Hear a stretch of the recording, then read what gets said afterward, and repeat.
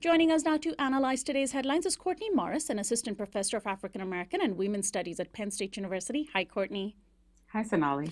GOP presidential hopeful Jeb Bush is in Europe this week, making the case to prospective voters that he has a grasp of foreign policy issues. But rather than sounding combative like his unpopular brother George W. Bush's words seem closer to, like his unpopular brother George W., that is, Bush's words seem closer to Obama's measured sounding but equally heavy-handed rhetoric. In a 30-minute speech in Berlin, he revived the role that his father, George H.W. Bush, played in the reunification of East and West Germany, but was silent on GW's wars in Iraq and Afghanistan. George W. Bush was particularly disliked in Europe.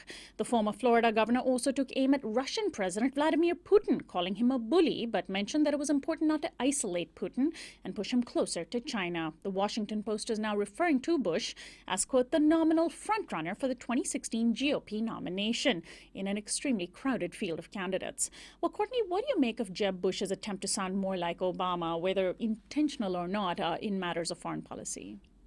Well, I think it reflects some important changes in terms of the domestic response to U.S. foreign policy, which is that in the United States, the public is becoming increasingly exhausted by our foreign policy of war without end. And I think this, policy of constant militarized intervention, it really isn't working and in fact is producing the kinds of blowback and conflict escalation that we're seeing unfold in Iraq and Syria and Libya.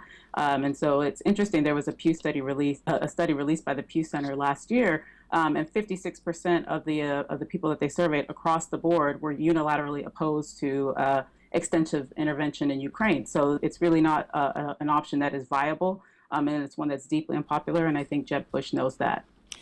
And then a 23-year-old Georgia woman was just taken into custody after having an abortion and charged with murder. Kenisa Jones, who is African American, was arrested over the weekend when a hospital social worker called the police. The worker said Jones told her she had taken abortion pills that she ordered online in order to terminate her pregnancy after she and her boyfriend broke up. Jones reportedly aborted the fetus while driving to the hospital. It's not yet known how far along she was in her pregnancy, although this did not deter AP from referring to her abortion using the terms labor and delivery, implying that a fully viable baby was born. Jones is the third woman in recent years charged with murder for having an abortion after Purvi Patel and Bebe Shwai in Indiana. Shwai ended up having all her charges dropped while Patel is serving a 20-year sentence.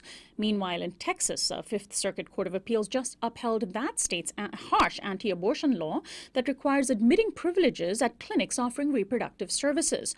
The crushing decision made by all of George W. Bush's appointees could lead to almost all clinics in Texas to be shut down. Well, Courtney, do you see links between these two stories? And we should mention, of course, that Kenisa Jones is the third woman of color to be charged in this way.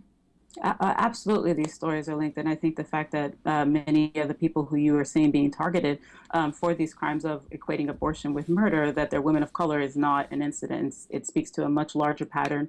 Dorothy Roberts talks about this in her very important work, Killing the Black Body, Reproductive Freedom in the United States, and where we see women of color's bodies being treated as though they are public property that needs to be regulated by the state. And so, they really are canaries in the coal mine when it comes to thinking about the state of reproductive justice in this country. But obviously, all of these stories are linked in terms of, how they reveal how effective the far right has been in their strategy of slowly dismantling and whittling away at women's reproductive rights in this country. They know they can't overturn Roe v. Wade, so they've taken this strategy of a piecemeal approach to systematically making it more difficult for women, particularly poor women and women of color, to access spaces where they can exercise their reproductive rights. So these are very troubling stories and very disconcerting in terms of thinking about where we're moving with reproductive rights in this country.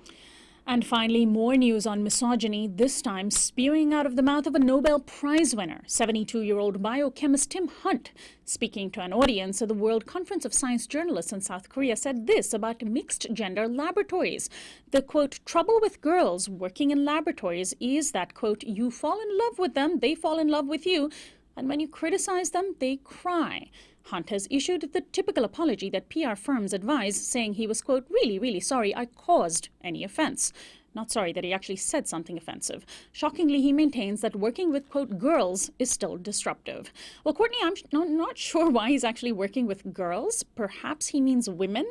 I've worked in the sciences and I've met this breed of misogynist many times. You're also in academia, and I'm guessing that this sort of woman hating is not surprising to you either. Unfortunately, no. I mean, it's shocking that in 2015 we're still talking about women in the sciences as though they're, sexy distractions in the lab.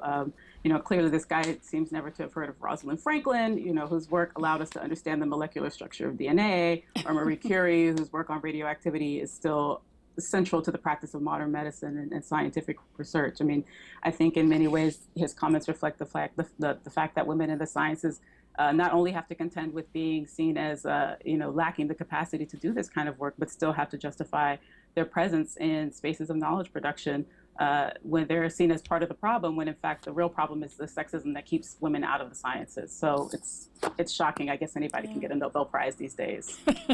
Courtney, thanks as always for joining us. We'll talk to you again next week. Bye, Sonali. Courtney Morris is an assistant professor of African American and Women's Studies at Penn State University. This is Uprising. We'll be right back.